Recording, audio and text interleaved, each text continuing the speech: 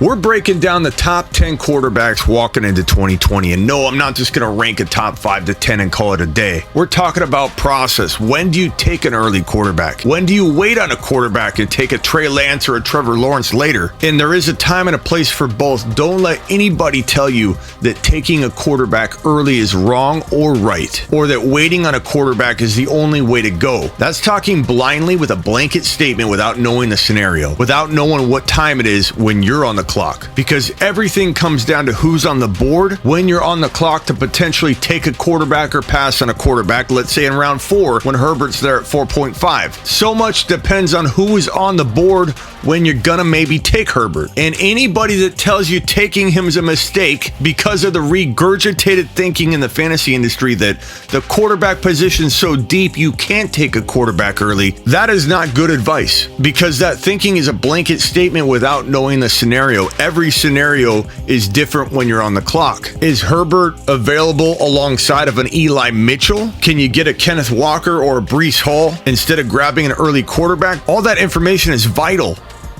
to know if someone should take a Burrow in round 4. I'm going to break all that down and more. When to take a quarterback, when to not take a quarterback. Who are my top 10 quarterbacks? We're talking about all of that and more. The Fantasy Football Show. It begins right now.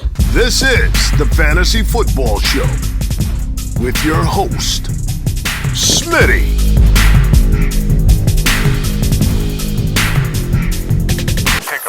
I want to kick this out by telling you to get on over to smitty1.com/underdog. The link is in the description below. If you deposit a $10 minimum deposit right now using this link and you're new to Underdog and you DM me a screenshot, you can DM it to me at the Fantasy Football Show on Instagram. I will give you a free 10-minute phone call. So get on over to smitty1.com/underdog. Drop a prop on this March Madness right now. An NFL best ball draft. Yeah, you can jump in them early. It's all at smitty1.com/underdog. There isn't just one way to draft, especially around quarterback. There is a regurgitated stance in fantasy football right now that's spreading year after year after year. The momentum gets stronger that drafting a quarterback early is a mistake. And on its face, it has merit. The position's very deep. I'm going to struggle to rank Brady in my top 6, 7, 8. And he was one of the biggest fantasy football scorers in 2021. There is some truth that the position is ultra deep. But what isn't deep is the thinking that a lot of people use when they say you have to go running back, wide receiver, or tight end in any of the first 4 or 5 or 6 rounds because quarterback is too deep, Smitty. What you have to ask yourself is who is on the board when you're on the clock. When on the clock in your draft and you're staring at guys like Connor and Woods and Cortland Sutton and Brandon Ayuk, you know, some of these guys I like, but these are not league winners and these are not the kind of players that should have people detouring away from a quarterback type mentality, an early quarterback drafting mentality. Let's paint a picture where we're on the clock and we're determining whether we're going with a Herbert or a Burrow or going with an available non-quarterback. In general, the consensus out there tells you in the fantasy industry, the average fantasy football content creator or analyst is saying pass on a quarterback no matter what and go after a non-QB no matter what. But when you're on the clock and you're looking at a James Conner, who I like, a Robert Woods, I like the guy, but he's coming back from an ACL tear and he's on a new team, learning a new system. I'll pass at this kind of value. Cortland Sutton could have a good year. I like him. Brandon Ayuk, I like a lot. Dallas Goedert, Damian Harris, Allen Robinson. And to make sure we're going deep enough, I'm going to include more players. I'm just going to go down the list from about where these guys are at. Michael Pittman, Mike Williams. I like Mike Williams. Claypool, I think he could have a good year. Hawkinson, good tight end. Devontae Smith, I hope he takes another step forward. Thielen, Spiller, these are good players in general. But oftentimes, these are the players that are available when Herbert and Burrow and Watson are on the board. We're talking about something entirely different if a Breece Hall is on the board, or a Travis Etienne, or another rookie like Kenneth Walker. These are different scenarios than looking at a Mike Williams, a Robert Woods, a Cortland Sutton. And I've had people tell me, hey, Smitty, But Brady's falling very late. I could get Brady later and get another player, a non-quarterback earlier where you're taking a quarterback. And again, yes, if it's Walker, if it's Etienne, if it's Breece Hall, I'm all on board that thinking. But what matters is what players on the board. Why do people talk about going quarterback early as a mistake without knowing where the chess pieces are on the board? Every single one of these three I take over a quarterback. And might I be so bold to say that Kenneth Walker and Breece Hall, for me, are near top 25, top 26 overall players, and their ADPs floating in the mid-third to early fourth round. You better believe that in the fourth round, I'm taking one of these guys over a quarterback, even Herbert, who I love. And you'll find out how much I love Herbert a little bit later in the show. But these are big difference makers. These are win-a-league players, in my opinion. Etienne, Hall, and Walker. These guys on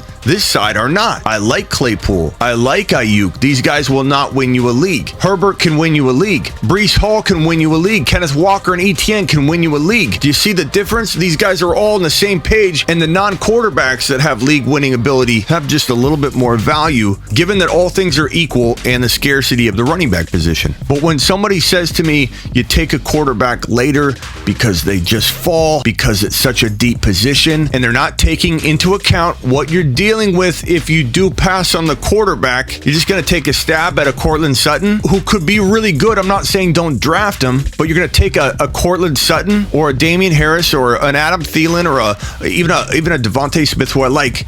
You're taking that player over quite possibly the number one overall scorer in fantasy football 2022.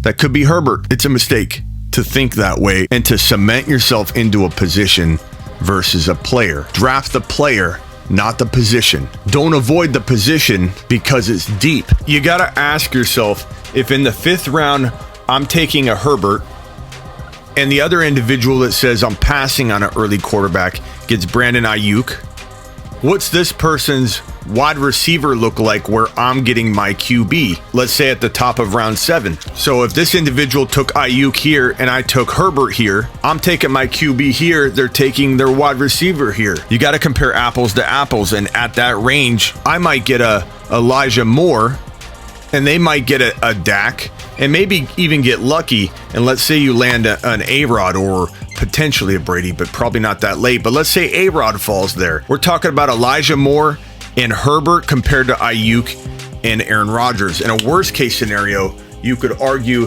that these things are even. It's ridiculous to use blanket statements when you don't know where the pieces are on the board. That's my point. I defend early quarterback drafting more so than the average analyst out there, not because it's my only play. It's not the only thing I do. I probably love and support Trey Lance more than any analyst on the planet. Trey Lance could be top 5 in 2022. So of course I'm an advocate of waiting on Trey Lance if the pieces fall in a certain way. But I find myself aggressively defending early quarterback because no one else is doing it. And everybody says in blanket fashion, Don't do it. without Context. context matters. So in the case where, let's say, Kenneth Walker or Breece Hall is available instead of Josh Allen. So if you're sitting in round 3, instead of taking Josh Allen here and Walker is available, I will select Walker, Kenneth Walker, or Breece Hall over Josh Allen probably 9 times out of 10, because later in the draft, I'm going to land Trey Lance. So if I get Trey Lance somewhere in this range and I have Trey and I have Walker, I do believe that will be better than Josh Allen and 7 to 8 round player that I get right here because of how much I think of Trey in 2022. Now, if you don't like Trey, you could put in Russell Wilson. You could put in whoever you want. Use the process. Don't use the actual player. Use the process. The process is more important than the player. You can move players around to make sense for your rankings. My point is there is a place and a time for me to say no to Mahomes, to say no to Josh Allen in even the 3rd and 4th round, even though I absolutely love drafting Mahomes and Allen and Justin Herbert, who I think could be the number 1 quarterback in 2022. It all depends on what non-quarterbacks are on the board, where the chess pieces are on the board. Okay, so now you know where I stand. You know that Smitty isn't just He's not just about early QB, even though that's what everybody says about him. He's an early QB drafter. That's all he's ever going to be. Now you know what time it is when it comes to my stance on quarterbacks. It's not about I take early quarterback. It's about I defend it because no one else has the balls to do it, or the understanding of what really is going on and how every scenario is going to be different. You can't say blanket statements and give blanket advice when you don't know what's going on the board. Best player available is the guide to everything. And let me tell you another thing. I'm going to do a whole video on best player available. BPA, best player available, in a nutshell, is not about who's the highest ranked player left on the pre-ranked list. A lot of people take this as ADP. Okay, what Smitty's saying is draft the best player available on the list. Don't use your brain. Smitty's basically saying let the computer draft for you. Bring a magazine to the draft.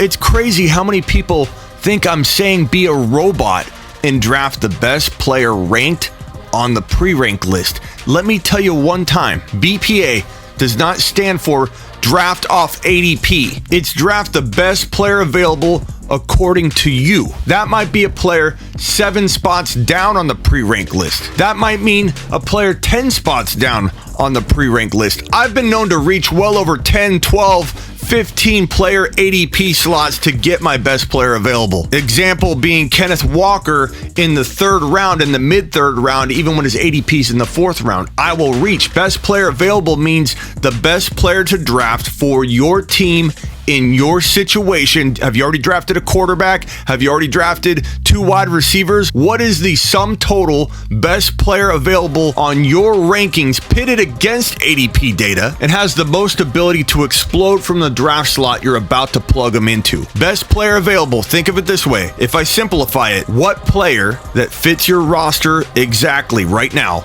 given the state of your roster when you're on the clock, what player can explode the most from that draft slot that you're about to draft them in and also have the highest floor? Meaning, in a worst case scenario, this player will earn their value and they also have the most ability to explode and climb multiple rounds in terms of upside. Best player available does not mean ADP. Now we're looking at the quarterbacks. 12 minutes later.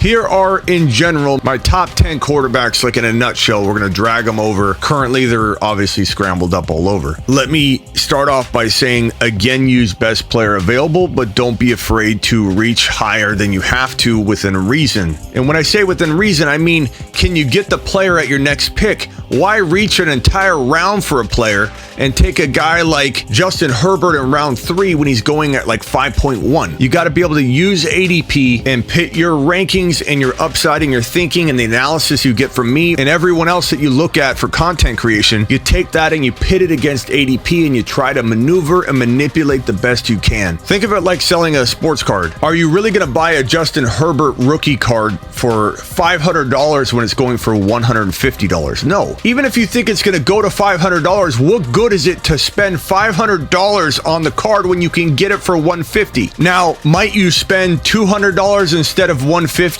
because you know it's going to $500?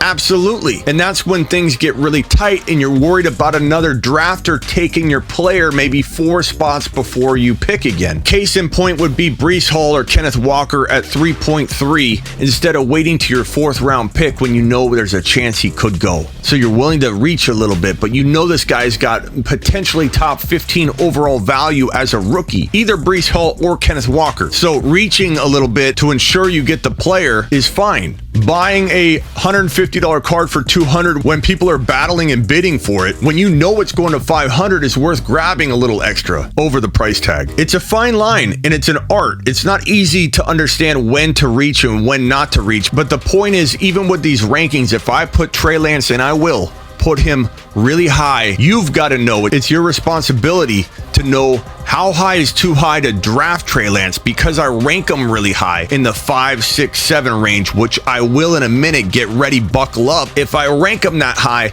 it's your responsibility to know where ADP is when you go to draft. It's your responsibility and obligation and honor, I might add, in your league to understand it enough to know that, hey, I can get away with another round. I can get away with another 2 rounds. I'm not asking anybody to draft based on my exact order I'm about to throw down. In fact, you'd be dumb to draft based on the order that I'm about to throw down. My rankings should be used alongside of ADP and your own personal on-the-fly navigation of the situation to formulate a good, educated guess as to where you can get away with letting a guy like Lance fall or Herbert. So knowing that, let's break down what I think will end up being the top 5 quarterbacks, then we'll go to 6 to 10. Walking out of 2022, this is end result type stuff that I'm predicting.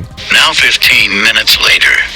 Herbert, number 1. This is the very first time right here, March 20, 2022, that I am putting in a video that Herbert has moved to my number 1. Does that mean you should draft him number 1? Again, like I just said, do not draft Herbert number 1. Josh Allen and Mahomes will get drafted ahead of him. In fact, Mahomes will go in round 3. Allen will go in round 3. Herbert could go in 4 or 5.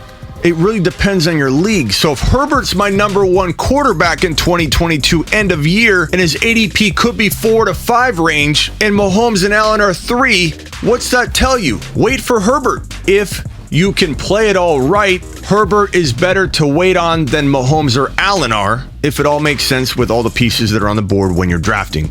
I'm still going to draft Allen in 1 or 2 leagues, probably without question, I could say that. Not to mention I want to mix up my teams a little bit because you don't want all your eggs in one basket. What if Herbert went down? So I will draft Josh Allen. Again, Kenneth Walker, Breece Hall, I like those guys better. Maybe ETN, although I think I can maybe get ETN around after where Josh Allen goes, but we'll have to see where his ADP kind of levels out. My number 2 quarterback will be Josh Allen. I think he's in for a monster year. I think the Bills run more in 2022, kind of like they did at the end of the year in 2021, which gave the offense a lot of balance, made it tougher for defenses to slow him down. Allen's going to have a big year, but Herbert is, in my opinion, going to be the MVP of the league. And the Chargers are my early bet to win the Super Bowl. Last year, it was the Bengals. I said the Bengals will win the division. I got laughed out of clubhouse rooms and spaces all over the place when I said that. I had Hugh Jackson, former Browns coach, come on and tell me I was crazy for thinking that the Bengals would turn it around in 2021 and win the division, and that Jamar Chase was the best pick to make, not Sewell. So listen to me when I say Herbert is going to be in MVP talks all year long.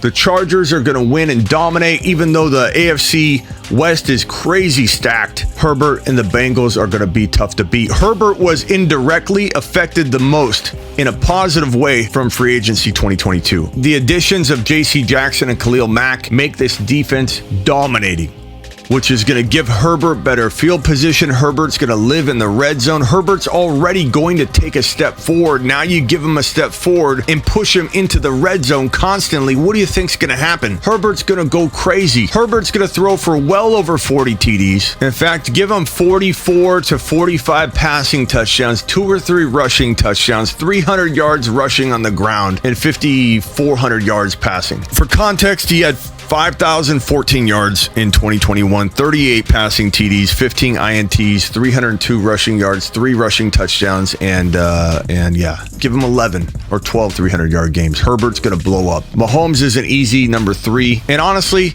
I mean, I'm taking a stance here, obviously, but Mahomes, Allen, Herbert, these guys are in a tier of their own. And you could throw Burrow into this mix, who is my number 4. Any one of these 4, in theory, could be the number 1 quarterback in fantasy football. Let's be honest, they all have the potential. I'm predicting a bigger step forward for Herbert, and the addition of the defensive improvements make it a more exciting and stronger prediction, in my opinion, to make. But all 4 of these guys are in tier 1. All 4 of them could be the number 1 quarterback in fantasy football and the number 1 overall scorer in fantasy football, period. And all of them are worth grabbing in the scenarios that I painted earlier, where you don't feel like you have a league winner sitting in front of you in the 3rd or 4th, or in the case of Herbert, the 4th or 5th round. Burrow, the 4th round.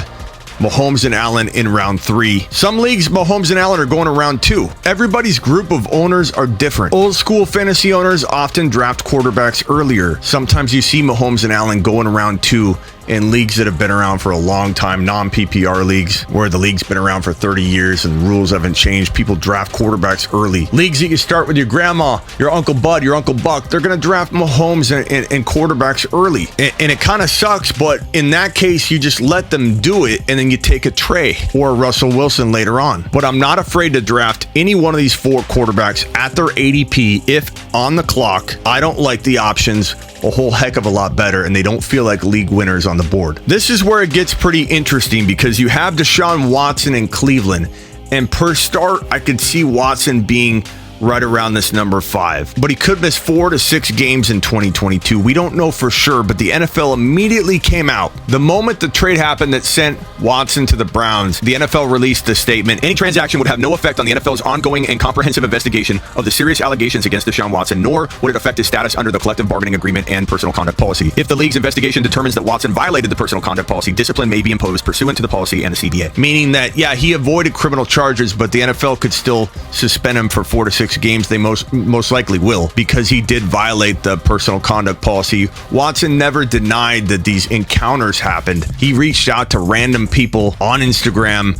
invited them into his circle, and he says things were consensual. That's the argument he's made, and charges were dropped against him going after him criminally, but he still admitted to all that happening. The league is going to be like, you put us in bad light, you're getting suspended. So it's hard to put Watson 5 in 2022 quarterback rankings because per start, I think he could be there, but you almost have to move him over for a second, and if you can couple him with another quarterback that can drop good numbers, then I think you could put him at 5. I truly believe Trey Lance is going to dance in this 4, 5, 6 range all year long. The Niners are one of the most loaded offenses in the NFL. Debo, Ayuk, Kittle, Mitchell, consistent run game, good defense. Lance is going to be set up to score 34 passing touchdowns, maybe well over 4,000 yards. Give him 4,200 to 4,400. Give him about 700 or more rushing yards and maybe 6 to 8 minimum rushing touchdowns. Guess what, people? That is a top 5 quarterback. This guy could rush for 900 yards, 800 yards. We don't know. We'll put him down for 7 bills right now, but this kid's going to be electric right out of the gate. Now, do I have him and Watson kind of close per start? Yeah, I mean, you could put it like that. I think Russell Wilson is the next up. I think you got to consider Brady and Kyler if Kyler does get his mind right, and Lamar, kind of like all grouped together. Rodgers probably drops below all these guys if Kyler was to get his mind right, because right now Kyler's in unravel mode. I wouldn't be shocked if Kyler is outside the top 10 if he doesn't turn things around right now in terms of his mentals right now and where he's at with his team. I'll talk about Kyler in a second. Okay, let's clean this up and put numbers here. Watson and Lance are kind of tied for that 5th spot. I think per start we got to put him here, but with the caveat that Lance will outscore him and could outscore him even if he played a full 17 games, Watson. But we're going to put them both here kind of tied for that 5th spot. I think Wilson and Brady are kind of tied for that 6th spot. I think Kyler and Lamar are kind of near that 7 range. We'll put Rodgers down here at 8 with Stafford. I know Carr, people are real excited about. Carr and Dak kind of in this range, and Lawrence around that range. I know I'm doubling up on the 5, 6, 7, 8, and 9 ranking slots there, but that's kind of how my mind works when I look at it. Somebody's gonna fall, and somebody's gonna be upset out there watching, going, no way Lamar's 8 or 9 or 10. That's kind of why I did it this way, so that people know Kyler and Lamar share a similar upside and risk to me, that Brady and Wilson share the same kind of upside to me, that Rodgers is down here, and Stafford, it's not that Stafford's not good, it's just there's so many high scoring caliber quarterbacks above these guys that it's hard for me to put Stafford. You could put Stafford in the 7 range. Dak, I mean, he's going to be on one of the top 5 offenses in the NFL. So how does Dak not climb up? Maybe we put him right here. It's hard to not put Carr up there because you got Devontae Adams. Look, it's hard to move the 6 to 10 range around. And anybody that complains about it, it's almost laughable because look how good this group is. Now, this comes full circle back to Then that's why I wait on a quarterback, Smitty. Is because I can get Lamar, I can get Kyler, I can get Brady, and you can get Trey Lance in this range too. I rank Trey here, but he actually falls probably around this range for everybody in terms of ranking. So even more so, Lance is the one you want to wait on, not one of these guys. Maybe Wilson and Lance, out of everybody from below Lance down, Lance and Wilson are my 2 favorite quarterbacks to own for that wait on a quarterback process. But again, if you circle back to when you're on the clock and you're staring at a Josh Allen or a Mahomes or a Herbert, and the alternatives are not knocking your socks off, you need to let go of this. Oh, it's so deep. They're all just kind of great. You need to let go. Unless you truly believe Herbert, Allen, Mahomes, and maybe Burrow can't be head and shoulders above this great group. If you truly believe Brady's going to be number 2, then we're on the same page. Use the process. What I'm saying about Trey, just shift it over to Brady and wait on Brady if the time is right. But don't pass on Herbert, Allen, or Mahomes just because they're early quarterbacks. If the options when on the clock are not win a league capable. Trey Lance walking into the best situation I think I can ever remember in my 20 years of doing this professionally. The best situation I can think of for a sophomore quarterback. Maybe he didn't get the rookie reps that Herbert and Burrow got